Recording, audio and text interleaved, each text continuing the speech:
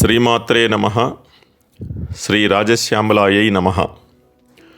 శ్రీ రాజశ్యామల మాఘ నవరాత్రములు గత 3 రోజులుగా ఎంతో విశేషంగా నిర్వహింపబడుతూ ఉన్నవి. అమ్మవారు మంత్రిణీ శక్తి లలితాదేవికి విద్యాస్వరూపిణి జ్ఞానప్రదాయిని అయినటువంటి రాజశ్యామల నవరాత్రులు ఈ 9 రోజులలో వివిధ రూపములలో అమ్మవారు భక్తులను అనుగ్రహిస్తూ ఉంటుంది.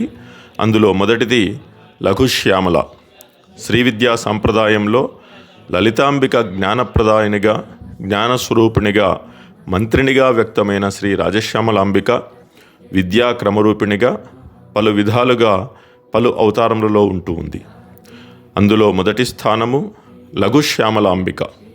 త్రిపురసుందరీదేవికి బాలస్వరూపములోని బాల త్రిపురసుందరిగా ఈ లఘుశ్యామలాంబిక లఘువారాహి అవతారములు. ఈ లఘుస్వరూపం ఎందుకంటే భక్తులను తేలికగా అనుగ్రహించే రూపం. మంత్రము, తంత్రము, పూజ అన్నీ కూడా తేలికగా ప్రసన్నమయ్యే బాలస్వరూపము. మాతంగముని కోరికపై 12 సంవత్సరముల బాలికగా పరిపూర్ణమైన రూపములో ఎర్రని చారలు కలిగిన తెల్లని దుస్తులు ధరించి వల్లకి అనే వీణను, విరుల తేనెను కలిగిన కపాలాన్ని పట్టుకొని పచ్చల రంగులో తేనెవలిన కలిగిన మధురపూరితమైన కన్నులతో మనోహరమైన మంత్రముగ్ధులను గావించే దరహాసం ఈ తల్లి కలిగి ఉంటుంది. చెవిపోగులు, ముత్యాలు, బంగారంతో చేసిన దండలను ధరించి నెమలి పింఛాలతో కదంబవనములో అలరారుతూ ఉంటుంది. ఉచ్ఛిష్ట చాండాల్ని నామధేయిని, ప్రజలెవరిని తమ జీవన విధానాన్ని మార్చనీయక అందరినీ ఆదరిస్తూ ఉంటుంది. లఘు పూజకే ప్రసన్నమై శీఘ్రంగా అనుగ్రహించే తల్లి ఈ లఘు శ్యామలాంబిక. అదేవిధంగా రెండో రూపము వాగ్వాదిని స్వరూపము. రాజశ్యామల యొక్క అంగవిద్య అయిన ఈ వాగ్వాదిని స్వరూపము మాయను ఛేదించి జ్ఞానాన్ని ప్రసాదించే మహాశక్తి. సాధకుని కుండలిని దారి తప్పినప్పుడు అజ్ఞానాన్ని నశింపచేసి సరైన మార్గంలో నడిపించే కరుణామయి. శబ్దబ్రహ్మము వాక్శుద్ధి యొక్క ఉన్నతమైన స్థానము నుంచి ఉత్పన్నమవుతుంది. అటువంటి శబ్దానికి అధిపతి ఈ వాగ్వాదని స్వరూపము. ఇక మూడవ స్వరూపము నకులి శ్యామలాంబిక. పూర్ణ విద్యా జ్ఞానస్వరూపిణిగా వివేకాన్ని అనుగ్రహిస్తూ అమ్మవారి యొక్క దంతముల నుండి ఉద్భవించి అజ్ఞానమనే రాక్షస సంహారం చేసి భక్తులను అనుగ్రహించే నకులి వాకీశ్వరి మూడవ స్వరూపము.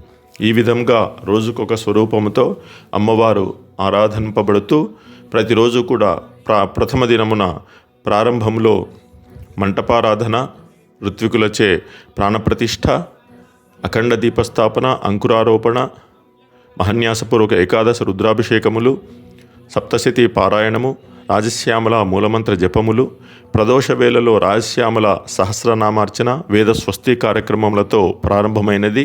ఈ విధంగా ప్రతినిత్యము కూడా అమ్మవారిని విశేషంగా అర్చనలు, అభిషేకములతో ఆరాధిస్తూ ఉన్నాము. 4వ రోజు హసంతిక శ్యామలగా, అదేవిధంగా 5వ రోజున సాక్షాత్తు జ్ఞానప్రదాయిని సరస్వతీదేవి ఆవిర్భావ దినము నాడు అమ్మవారిని సరస్వతీ స్వరూపముగా మనమందరము కూడా ఆరాధించుకోబోతున్నాము. వసంత పంచమి, శ్రీ పంచమి నాడు ఈరోజు ఆ చదువుల తల్లిని యొక్క ప్రార్థన చేసి విద్యార్థులకు మంచి జ్ఞానాన్ని, చదువును, ఉన్నత విద్యను అందించే విధంగా అమ్మవారిని యొక్క ప్రార్థన మనం చేసుకోబోతూ ఉన్నాము.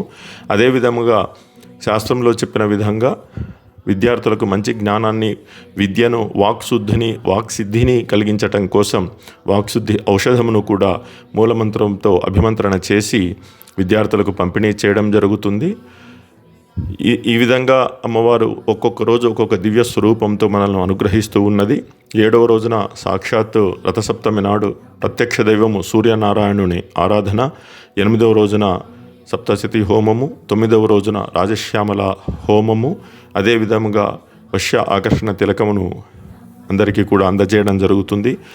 కావున ఈ నవరాత్రములలో అందరము కూడా అమ్మవారి యొక్క ఆరాధన, నామస్మరణ చేస్తూ ఆ తల్లి యొక్క అనుగ్రహానికి పాత్రులమవుదామని అందరినీ కోరుతూ ఉన్నాను. శ్రీమాత్రే నమః.